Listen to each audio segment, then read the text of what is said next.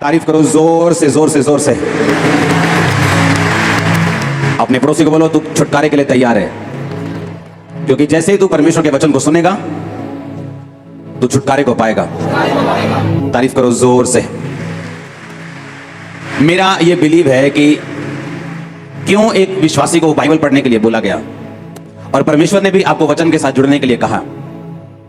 जब भी हम पवित्र वचन पढ़ते हैं, बाइबल को पढ़ते हैं, हमने देखा है कि किस तरह से परमेश्वर ने अपने लोगों की जिंदगी में काम किया, और वचन हमें सिखाता है कि किस तरह से परमेश्वर अपने लोगों की लाइफ में काम करता है। वचन की नॉलेज छुटकारा है। इमेजिन करो, जो संसारिक नॉलेज है वो छुटकारा पैदा कर देती है।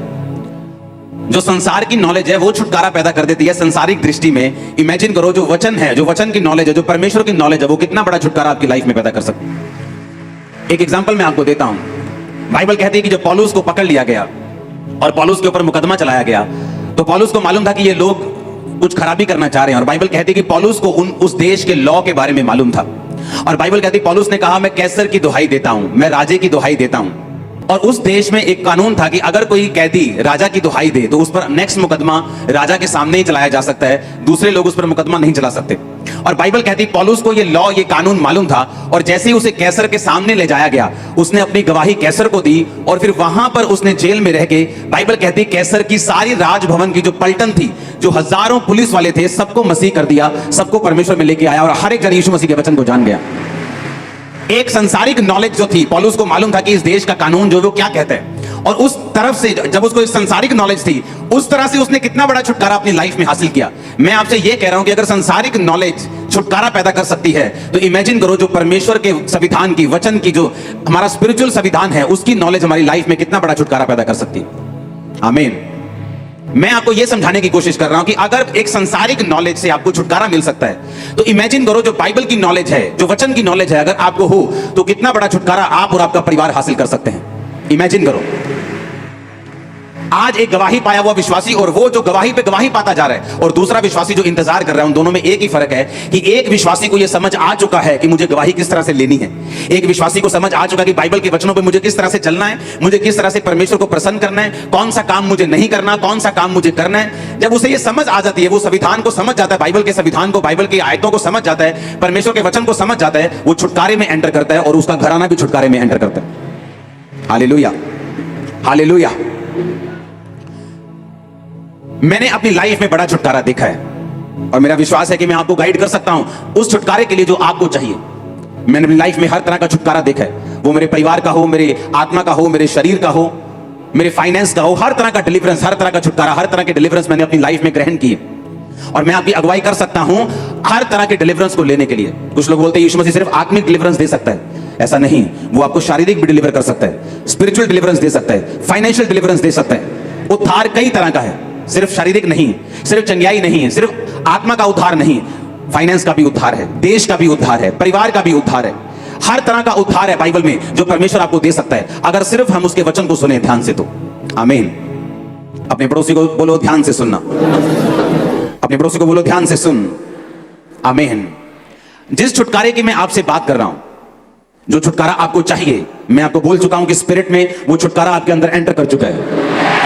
ये जस्ट आपके अंदर ग्रो होगा और आप टेस्टिमनीज के साथ वापस आना शुरू हो जाएंगे। अब जो चीज मैं आपको बताना चाहता हूं, अगर आप ऐसे लोगों की बात करें जो बाइबल में हमारे हीरो हैं, जो अब्राहम है, जो दाऊद है, जो सुलेमान है, जो पतरस है, जो पौलुस है, अगर हम उनकी बात करें कि उनकी जिंदगी में जो छुटकारा आया वो किस तरह से आया, नोट करो अपनी बुक में इब्रानियों की पुस्तक 11 उसकी 8 से लेके 19 आयत तक। उसमें लिखा, विश्वास ही से अब्राहम जब बुलाया गया तो आज्ञा मानकर ऐसी जगह निकल गया जिसे मिरास में लेने वाला था, परंतु वह ना जानता था कि मैं किधर जाता हूं, तो भी निकल गया। विश्वास ही से उसने प्रतिज्ञा किए हुए देश में, परदेशी देश में परदेशी के समान रहकर इसहाक और याकूब समेत जो उसके साथ उसी प्रतिज्ञा के वारिस थे, तंबुओं में वास किया, क्योंकि वह उस स्थिर नींव वाले नगर की बाट जोहता था जिसका रचने वाला और बनाने वाला परमेश्वर है।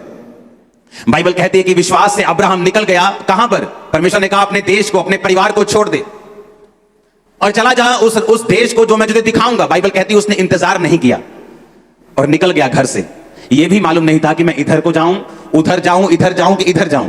जस्ट इतनी आज्ञा मिली थी कि अपने घर से निकल, अपना बैग पैक कर और निकल जा। जो देश में तुम्हें दिखाऊंगा उस देश में चला जा, अपने घर कुटुंब परिवार को छोड़ के चला जा। परमेश्वर ने कहा था जब महायाजक साल में एक बार गुनाहों के लिए लहू को बहाएंगे तो जो जानवर वो बलि करेंगे उसकी देह को छावनी के बाहर जलाया जाएगा। अगर उस जानवर की देह को छावनी के बाहर, शहर के बाहर, बस्ती के बाहर नहीं जलाया जाएगा तो तुम्हारा छुटकारा नहीं होगा। अब्राहम तुम्हें परमेश्वर ने यही कहा, जब तक तू अपने कुटुंब, अपने परिवार, इन लोगों को छोड़कर, अपनी छावनी को छोड़कर नहीं जाता, मैं तेरा छुटकारा नहीं कर सकता। तुझे मिस्र को छोड़ना होगा, पुरानी जिंदगी को छोड़ना होगा, पुराने तौर तरीकों को छोड़ना होगा, तो मैं उस छुटकारे को कर सकूंगा जो मैंने तेरे लिए सोचा हुआ है। अपनी पुरानी जिंदगी में, अपनी पुरानी जिंदगी के रीति रिवाजों में, अपनी पुरानी जिंदगी के तौर तरीकों में रहकर आप परमेश्वर से वो छुटकारा हासिल नहीं कर सकते जिसके लिए परमेश्वर आपको अपने पास बुलाना चाहता है। और बाइबल कहती है, जब परमेश्वर ने उसको कहा कि तू अपने कुटुंब को छोड़कर, तो बाइबल कहती है अब्राहम जो बुलाया गया, आज्ञा मानकर ऐसी जगह निकल गया जिसे मिरास में लेने वाला था, पर नहीं जानता था कि मैं किधर जाता हूं। पहला कारण छुटकारे का, आपको पुरानी जिंदगी से निकलना पड़ेगा अगर आप छुटकारा चाहते हैं तो। नोट करो, पुरानी जिंदगी में रहकर, उसके तौर तरीकों से रहकर आप नए छुटकारे को हासिल नहीं कर सकते। व्यवस्था विवरण 18 उसकी 9 से 13 आयत में लिखा हुआ, मैं इसको पढ़ूंगा, आप इसको सिर्फ सुनेंगे। जब तू उस देश में पहुंचे जो तेरा परमेश्वर यहोवा तुझे देता है, तब वहां की जातियों के अनुसार घिनौना काम करना ना सीखना। तुझ में ऐसा ना हो कि अपने बेटे या बेटी को बलि करके चढ़ाए, या किसी से भविष्य पूछे, या शुभ अशुभ मुहूर्तों को माने, या टोने और तांत्रिक या भविष्य पूछने वाले, या भूत को साधने वाले, या भूत को जगाने वाले लोगों के पास जाएं। जितने ऐसे काम करते वो यहोवा के लिए घृणित है। मेरी दाहिनी आंख फड़क रही है, आज कुछ अच्छा होगा। मेरी बाहिनी आंख फड़क रही है, आज कुछ बुरा होगा। परमेश्वर कहता है जब तक तुम इन चीजों से नहीं निकलोगे, मेरा किया हुआ छुटकारा तुम्हें कभी नहीं मिलेगा। मैं घर से निकलूंगा 12:15 बजे, 11:45 नहीं निकलूंगा। मैं इस दिन को कार नहीं खरीदूंगा, मैं इस दिन को यह चीज नहीं लूंगा। परमेश्वर ने कहा जब तक तुम अशुभ और शुभ मुहूर्तों को मानते रहोगे, मैं तुम्हारा छुटकारा नहीं कर पाऊंगा। ये शाम को नहीं काटना, शाम को ये सफाई ना करना, सुबह को ये करना, दोपहर को ये करना, शाम को ये करना। परमेश्वर ने कहा जब तक तुम इन चीजों को मानते रहोगे, मैं तुम्हारा छुटकारा कभी नहीं करूंगा। उसने कहा अब्राहम मैं तुम्हें छुटकारा देना चाहता हूं, लेकिन तुझे अपने कुटुंब को छोड़कर निकलना पड़ेगा, क्योंकि जब तक तू इन लोगों में रहेगा तुझे इन्हीं के अनुसार चलना पड़ेगा, और जो मैं तेरी जिंदगी में करना चाहता हूं मैं नहीं कर पाऊंगा। क्योंकि परमेश्वर जो उसकी लाइफ में करना चाहता था, उसके लिए उसको यह मालूम होना चाहिए था कि सर्वशक्तिमान परमेश्वर ने ही मुझे यह बड़ा छुटकारा दिया है। जहां अब्राहम रहता था उस देश के लोग बहुत बुद्धिमान समझे जाते थे। वो आपके सिर को देखकर आपका भविष्य बता देते थे। तो परमेश्वर को मालूम था कि जब तक अब्राहम इन लोगों में रहेगा, मैं अब्राहम को ब्लेस नहीं करूंगा। कई बार मैं आपको बता चुका हूं कि मेडिकल साइंस, डॉक्टर्स परमेश्वर ने खड़े किए हैं। बाइबल बताती है, पौलुस ने कहा तिमुथियुस को अपने पेट के बार-बार बीमार होने का दाखरस काम में लाकर, बाइबल बताती है यीशु मसीह ने कहा बीमार को वैद्य की जरूरत है। इसीलिए परमेश्वर ने कहा बीमार को वैद्य की जरूरत है। अगर परमेश्वर को यह बोलना होता कि बीमार को वैद्य की जरूरत ही नहीं है, वो सिर्फ मेरे पास आए, ऐसा नहीं। लेकिन कई बार परमेश्वर वैद्य की दवाई, मेडिकल साइंस को काम नहीं करने देता, ताकि आपको यह मालूम हो कि आपकी लाइफ में जो हीलिंग हुई है वो सिर्फ परमेश्वर ही कर सकता था और उसी ने की है। इसलिए हम ऑपरेशंस के खिलाफ नहीं है, हम दवाइयों के खिलाफ नहीं है। हम लोगों को यही बोलते हैं आप पर हीलिंग की प्रार्थना हुई है, डॉक्टर कंफर्म करेंगे कि आपके पेट का रोग चला जा चुका है, आपका कैंसर खत्म हो चुका है, आपको दवाई की जरूरत नहीं। डॉक्टर आपको बोलेगा दवाई की जरूरत नहीं, हम आपको नहीं कहेंगे दवाई की जरूरत नहीं। हम क्यों कहेंगे? आप मेरी बात समझ रहे कि नहीं?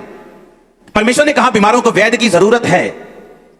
अब यहां पर जब परमेश्वर को मालूम था कि मैं अब्राहम को जो ब्लेस करना चाहता हूं, इसको अपना बेटा, अपना वंश देना चाहता हूं। 75 साल का था अब्राहम और अभी तक उसके बच्चा नहीं हुआ था। लेकिन परमेश्वर को मालूम था कि पुरानी जिंदगी में रहते हुए, पुराने सब मुहूर्तों को, अशुभ शुभ चीजों को मानते हुए मैं अब्राहम का बड़ा छुटकारा नहीं कर सकता। इसलिए परमेश्वर ने कहा, जब परमेश्वर आपको कोई बात करने के लिए कहता है, जैसे परमेश्वर ने मेरे दोस्त सारे छुड़वा दिए जब मैं मसीह में आया, एक भी दोस्त नहीं था मेरे पुरानी जिंदगी का जिससे मैं रोज बात कर सकूं।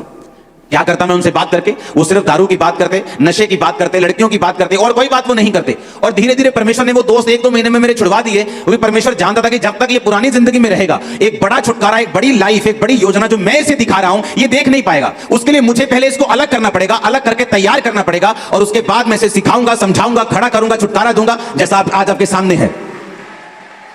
तो परमेश्वर को मालूम था ये चीज कि मुझे इसको तैयार करना है। जब कुम्हार मिट्टी बनाने के लिए बर्तन को तैयार करता है तो क्या करता है? पहले ग्राउंड में से एक जगह से मिट्टी को इकट्ठा ही करता है वो। अगर बर्तन बोले कि नहीं मुझे बर्तन भी बनना है, मुझे सबसे अलग भी दिखना है, मुझे वो मिट्टी नहीं बनना जो पैरों के नीचे आती, मुझे वो बर्तन बनना है जो मुंह से लगाया जाता है, लेकिन मुझे इसी मिट्टी में रहना है, मुझे इसी ग्राउंड में रहना है। तो ऐसा पॉसिबल नहीं, उसे उस ग्राउंड से निकालना पड़ेगा अगर उसे मिट्टी का बर्तन बनना है तो। बाइबल कहती है जब उसे ग्राउंड से निकाला जाएगा, उसे अलग ले जाया जाएगा, और फिर उस पर क्या होता है, उसको बपतिस्मा दिया जाता है, मिट्टी को गीला किया जाता है, मिट्टी को गूंथा जाता है। इसलिए बपतिस्मे के बिना कभी भी आपका छुटकारा नहीं होता, बाइबल कहती है। और जब आपका बपतिस्मा दिया जाता है, मिट्टी को बपतिस्मा देने के बाद उसे गूंथा जाता है, उसे मारा जाता है, जैसे परमेश्वर आपकी परीक्षा करता है, उसमें से रोड़ों को, उसमें से वट्टों को निकाला जाता है, जिस तरह परमेश्वर आपकी कमियों को निकालता है आपको छुटकारा देने से पहले, आपको मनपसंद बर्तन बनाने से पहले वो आपके व्यभिचार को निकालता है, चोरी को निकालता है, मूर्ति पूजा को निकालता है, वो चीजों को खत्म करता है जो आपकी लाइफ में सही नहीं। उसके बाद क्या करता है, जब आप में से अशुद्धियां खत्म हो जाती, फिर वो आपको बर्तन के ऊपर, उस मिट्टी की मशीन के ऊपर रखता है, अंदर से सहारा देता है, बाहर से ठोकता है, परमेश्वर आपको परीक्षा में डालता है, अंदर से सहारा भी देता है ताकि आपको अच्छी शेप दी जा सके। उसके बाद वो आपको आग में रखता है, कई बार परख में रखता है, आग की परख में रखता है। उस परख के बाद जब आप निकलते हैं, फिर आप एक ऐसा बर्तन होते हैं जो अपने घर ले जाकर लोग मुंह से लगाना चाहते हैं। एक बात याद रखो, हर चीज के लिए छुटकारा दिया गया है, हर चीज के लिए प्राइस पे किया गया है।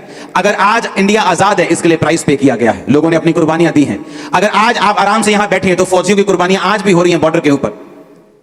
इसलिए यह बात हमेशा याद रखो कि अगर कोई छुटकारा आपको चाहिए, उसके लिए आज भी आपको उस छुटकारे के लिए कुर्बानी देनी होगी। आपको अपने टाइम की, अपनी विल की, अपनी इच्छा की, क्योंकि आप उसी ग्राउंड में रह के, उसी दुनिया में रह के, उन्हीं दोस्तों में रह के, उन्हीं रिश्तेदारों में रह के आप परमेश्वर के बड़े छुटकारे को अपनी जिंदगी में हासिल नहीं कर सकते।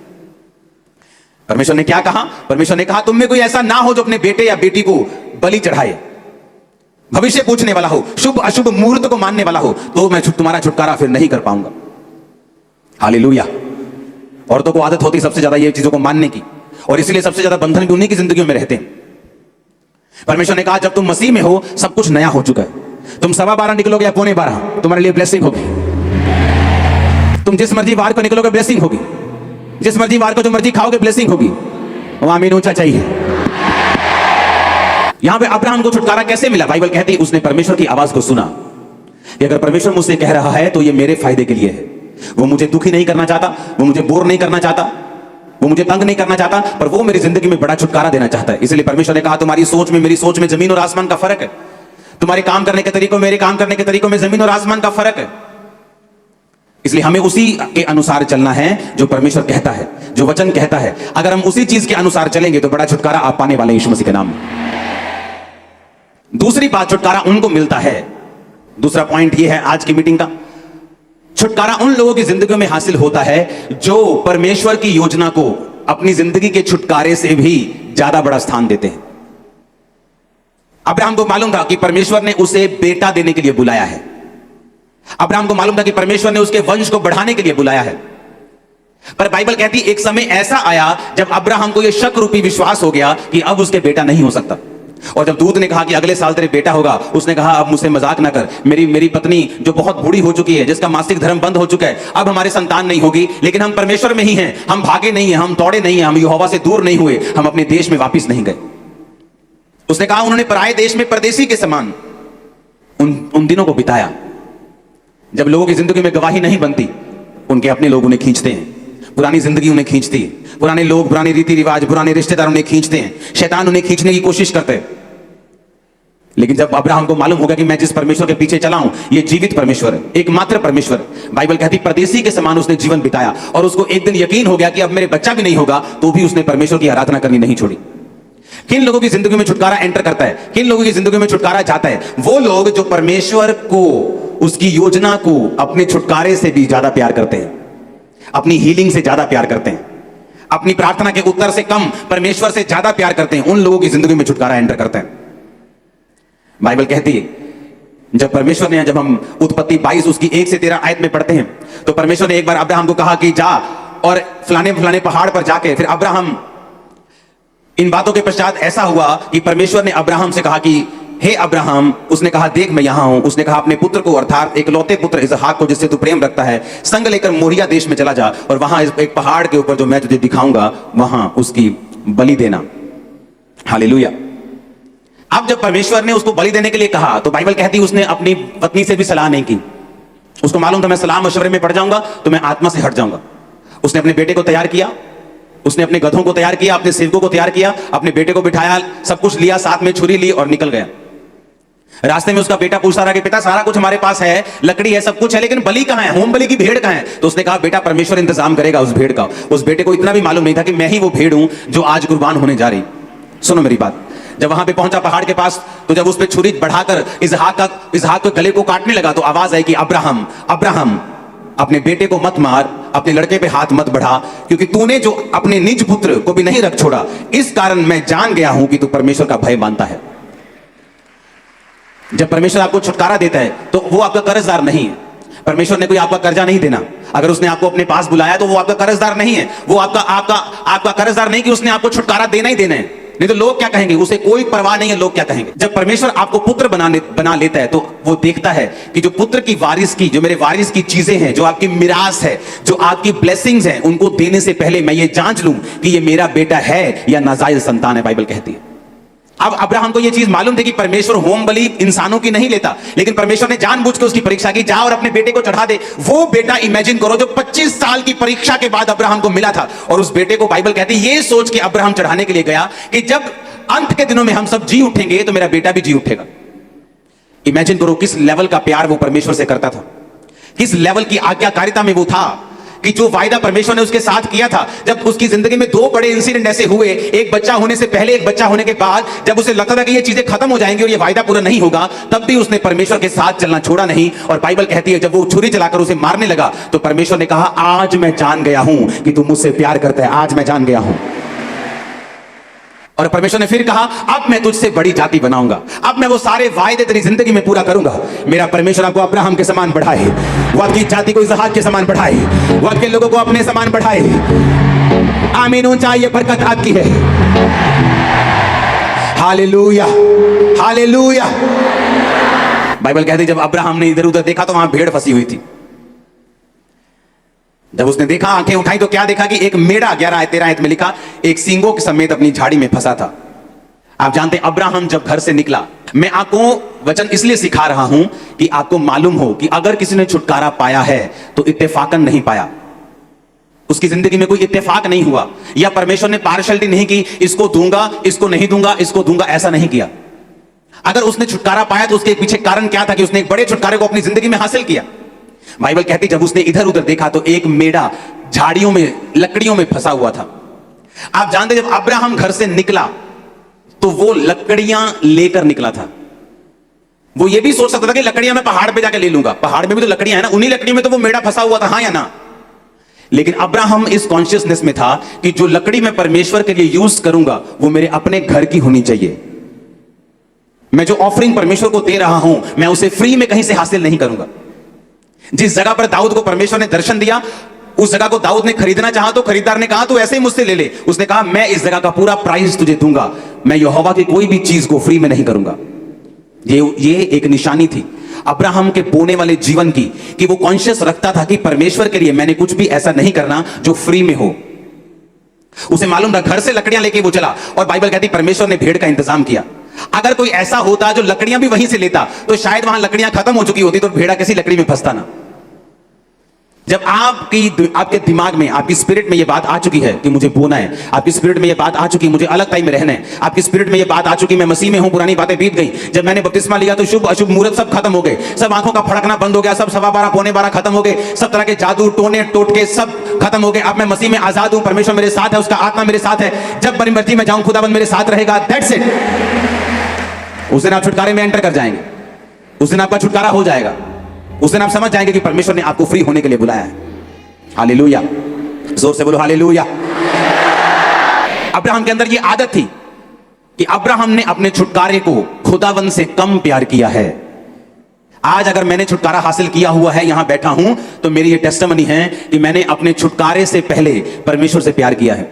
एक समय था जब मैं अपने छुटकारे के लिए परमेश्वर को बड़ी ताने मैंने देता था कि परमेश्वर तू लोगों का छुटकारा कर देता है, मेरा नहीं करता, तू लोगों को हील कर देता है, मुझे नहीं करता। मैं भी सेवा करता हूं लेकिन तू मुझे टच नहीं करता, मैं भी सेवा करता हूं लेकिन तू मुझे हील नहीं करता। मैं प्रार्थना करता हूं, लोग चंगे हो जाते हैं, मैं मीटिंग करवाता हूं, दूसरे लोग टेस्टिमनीज दे जाते हैं, मेरे सामने लोग आके अधर्म से ठीक हो जाते हैं, फिर चर्चा आना शुरू कर देते हैं, लेकिन मेरा छुटकारा तो नहीं करता।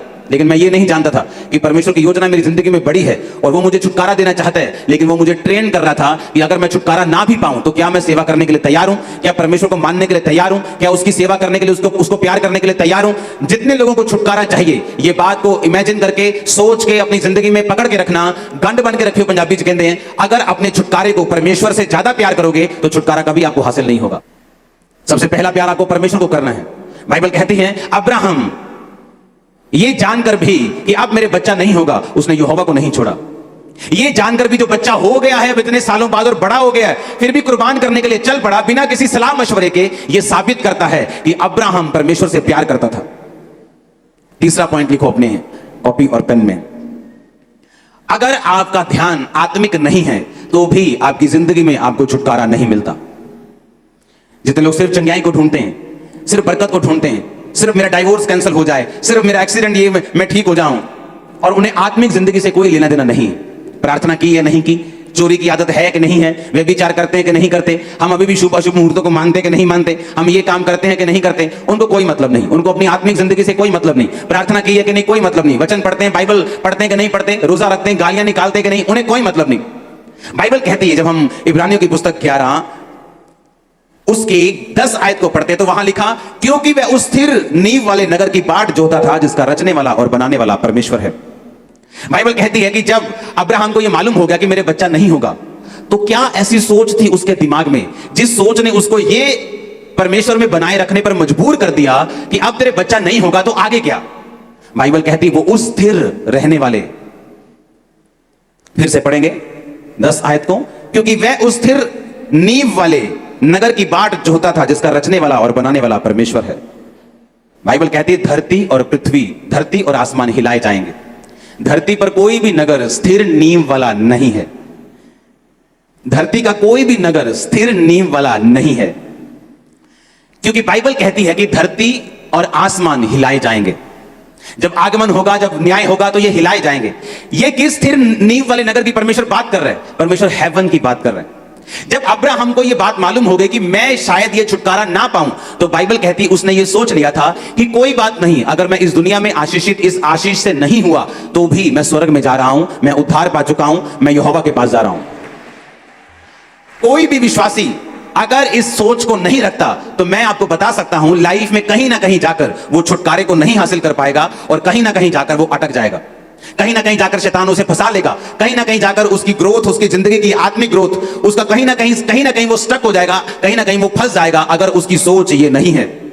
बाइबल कहती है जब अब्राहम को विश्वास हो गया कि अब मेरी जिंदगी में बेटा नहीं होगा, बाइबल कहती है किस कारण वो बना रहा परमेश्वर में, क्योंकि वो स्थिर नींव वाले नगर की बाट जोता था जिसका रचने वाला और बनाने वाला परमेश्वर है। अब्राहम ये सोच चुका था कि कोई बात नहीं, अगर ये ब्लेसिंग मेरी लाइफ में नहीं है मैं स्वर्ग जा रहा हूं। कोई बात नहीं, अगर बेटा नहीं हुआ मैं स्वर्ग जा रहा हूं। कोई बात नहीं, अगर फाइनेंशियल ब्लेसिंग नहीं है मैं स्वर्ग जा रहा हूं। कोई बात नहीं, अगर हीलिंग नहीं हुई मैं स्वर्ग जा रहा हूं। परमेश्वर ने कहा अगर तुम्हारा ऐसा विश्वास नहीं है तो शैतान तुम्हारे अंदर रुकावटों को पैदा करेगा, तुम्हारी हीलिंग में रुकावट होगी, तुम्हारे छुटकारे में रुकावट होगी, क्योंकि शैतान को अगर ये बात समझ आ गई कि अगर वो तुम्हारी हीलिंग को रोक ले तो तुम परमेश्वर से रुक जाओगे, वो तुम्हारी हीलिंग को रोक लेगा। क्योंकि शैतान को वो बड़ा इंटरेस्टेड है तुम्हारे उद्धार को खत्म करने के लिए। वो बड़ा इंटरेस्टेड है कि तुम्हारा उद्धार जो है वो कभी ना हो। वो बड़ा उसको तुम्हारी हीलिंग रोकने से कोई लेना देना नहीं। उसको हीलिंग ना हो, छुटकारा हो, पैसे की बरकत मिले, उसको कोई लेना देना नहीं। वो इन चीजों को रोकता है ताकि तुम्हारे उद्धार पर चोट कर सके, तुम्हें परमेश्वर से दूर लेके जा सके। और बाइबल कहती अब्राहम इसीलिए बना रहा क्योंकि उसका जो दिमाग था वो उद्धार की ओर था, वो मुक्ति की ओर था, कि वो उस स्थिर नींव वाले नगर की बाट जोता था। पढ़ेंगे उस आयत को, जिसका रचने वाला और बनाने वाला परमेश्वर है। आमीन। मैं आपको फिर कह रहा हूं, अगली आयत में लिखा विश्वास से सारा ने बूढ़ी होने पर गर्भ धारण करने की सामर्थ पाई। सामर्थ तब काम करती है जब आपके अंदर फेथ होता है। फेथ सिर्फ यही नहीं, विश्वास सिर्फ यही नहीं कि एक दिन प्रभु मुझे चंगा करेगा या उसके कोड़े खाने से मैं चंगा हो चुका हूं। विश्वास इसको भी कहते हैं, वो चंगा करे ना करे वो मेरा परमेश्वर है, मैं स्वर्ग जा रहा हूं, मैं उद्धार पा चुका हूं, मैं परमेश्वर की संतान हूं। आमीन। और जब आप ऐसा विश्वास रखते हैं, जब आपका विश्वास अटल है, आपने परमेश्वर में जीने और मरने का फैसला कर लिया है, आप भी सामर्थ पाएंगे इंपॉसिबल चीजों को पॉसिबल करने की। वचन कहता है सारा ने सामर्थ पाई गर्भ धारण करने की। मैं आपको सामर्थ देता हूं यीशु के सामर्थी नाम में सब कुछ धारण करने की। मैं अनॉइंट करता हूं आपको यीशु मसीह के सामर्थी नाम में सारा की तरह ब्लेसिंग लेने की सामर्थ को आपकी लाइफ के ऊपर रिलीज करता हूं। नहीं चाहिए बरकत तुम्हारी है चर्च। Hallelujah, hallelujah. याद रखो मेरी बात को कान खोलकर सुनना, दुनिया की हर ब्लेसिंग आप लोगों के लिए बनाई गई है। दुनिया की हर बेस्ट चीज तुम्हारे लिए बनाई गई है। आपको क्या लगता है दुनिया की बेस्ट ब्लेसिंग पापियों के लिए बनाई गई। दुनिया की बेस्ट मैरिज लाइफ पापियों के लिए बनाई गई। दुनिया की बेस्ट फाइनेंशियल लाइफ पापियों के लिए बनाई गई। बताओ तो, हाँ या ना? दुनिया की बेस्ट ब्लेसिंग जीसस ने बनाई है और आपके लिए बनाई है, पर उनको लेने का तरीका है। अगर तरीका नहीं आता तो सफर करेंगे हम। फिर अगर तरीका नहीं आता तो बल्ब बेचने वाला भी कई बार अंधेरे में रह सकता है, अगर उसकी दिक्कत हो दुकान में। तो अपनी अगर कनेक्शन कटे हुए तो बेचता बल्ब हो तो उसके अपने दुकान में अंधेरा रह सकता है। छुटकारा परमेश्वर ने हमें सिखाया है किस तरह लेना है। दिमाग आत्मिक रखना है, दिमाग स्वर्ग के ऊपर रखना है, दिमाग उद्धार के ऊपर रखना है कि मेरा उद्धार हो चुका है, मैं स्वर्ग जा रहा हूं। ये आनंद आपके अंदर होना चाहिए। अगर ये आनंद आपके अंदर है तो आप परमेश्वर को कभी नहीं छोड़ेंगे, चाहे आपकी प्रार्थना का उत्तर कुछ देर के लिए ना भी आए तो। लेकिन अगर ध्यान आत्मिक नहीं है, अगर ध्यान स्वर्ग की ओर नहीं है, अगर ध्यान धरती की चीजों की ओर है, तो जहां फिर आपको ये चीजें ऑफर होंगी फिर आप वहां पर भागेंगे। फिर जब कोई बोलेगी बहन जी बाबा बहुत सियाना, एक कर ही आ जाओ बस, आप जाएंगे, क्योंकि आपको आपकी कैंसर से शिफा चाहिए। और परमेश्वर आपको सिर्फ शिफा नहीं देना चाहता, वो आपके लिए बड़ी योजना रखता है। वो आपके परिवार को सेव करना चाहता है, वो आपको लंबी आयु देना चाहता है, वो स्वर्ग के अधिकारी आपको बनाना चाहता है, वो जयवंत जीवन आपको देना चाहता है। लेकिन उसको लेना हमने लेना है तरीके के साथ, हमने लेना है सही रीति के साथ, सही तरीकों को अपनाते हुए उसे हमने लेना है। इसलिए अच्छी चर्च में जाना जरूरी है, जीवित चर्च का हिस्सा बनना जरूरी है। इसलिए जहां वचन की गहराई है उस चर्च में जाना जरूरी है, जहां सामर्थ्य हो वहां जाना जरूरी है, ताकि जो छुटकारा बाइबल में आपके लिए निर्धारित है आप उसे पा सकें। कितनों को मेरी बातें समझ आ रही हैं? और ये परमेश्वर का प्लान है आपकी लाइफ में कि अगर आप पुरानी जिंदगी से अलग नहीं होते, छुटकारा नहीं होता। मैंने आपको एग्जांपल समझाई है, मिट्टी के बर्तन की कुम्हार किस तरह से उसे बनाता है। वो उसे दुनिया से अलग करता है, वो उसे आम ग्राउंड से अलग करता है, उसको उसकी अशुद्धियां निकालता है, उसको पानी का बपतिस्मा देता है, उसको गूंथता है, फिर उसको बर्तन पे रखता है, फिर उसको आग में रखता है, फिर जाकर वो बर्तन बनता है। लेकिन आज का विश्वासी आग में नहीं जाना चाहता, आज का विश्वासी परख में नहीं जाना चाहता। वो बर्तन बनना चाहता है आदर का, लेकिन परख में जाना नहीं चाहता। लेकिन बाइबल कहती है जितने भक्ति के साथ जीवन बिताना चाहेंगे वो सब लोग सताए जाएंगे। हालेलुया, ऊंची आवाज से बोलो हालेलुया। 15 आयत में लिखा, इब्रानियों 11 उसकी 15 आयत, और जिस देश से वो निकल आए थे यदि उसकी सुधि करते तो उन्हें लौट जाने का अवसर था, परंतु वे एक उत्तम अर्थात स्वर्गीय देश के अभिलाषी हैं, इसलिए परमेश्वर उनका परमेश्वर कहलाने में उनसे शर्माता नहीं, क्योंकि उनके लिए एक नगर तैयार किया गया है। बाइबल कहती है यदि वो उस देश से जहां से निकल आए थे उसको याद करते, कितना सोना यार मैं पैगल आंदा सी। हाँ, जैसे मिस्री बोलते थे ओ यार किथे ले आया तू, अं उथे क्या प्याज खाते थे, वहां पे हम लहसन खाते थे, मछलियां खाते थे, कहां जंगल में तुम मन्ना मन्ना करी जा रहे हो, रोज बोर हो गए मन्ना खा खा के हम। पुराने देश को याद करना, पुराना सिगरेट, पुराना सूटा, पुरानी पंग, पुरानी सहेली, पुराना सहेला, उसको याद करना।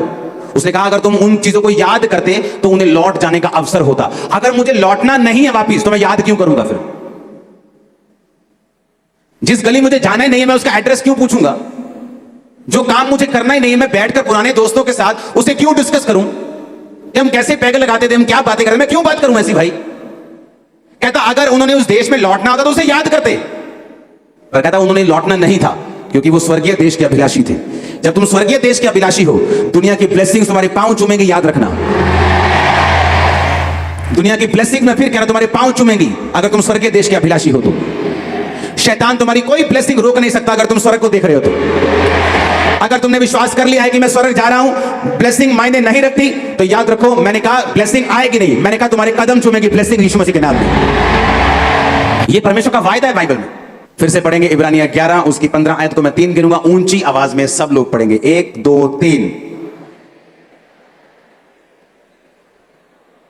अभी भी मजा नहीं आया मेरे को, और ऊंची आवाज में चिल्लाकर पढ़ेंगे। 1 2 3।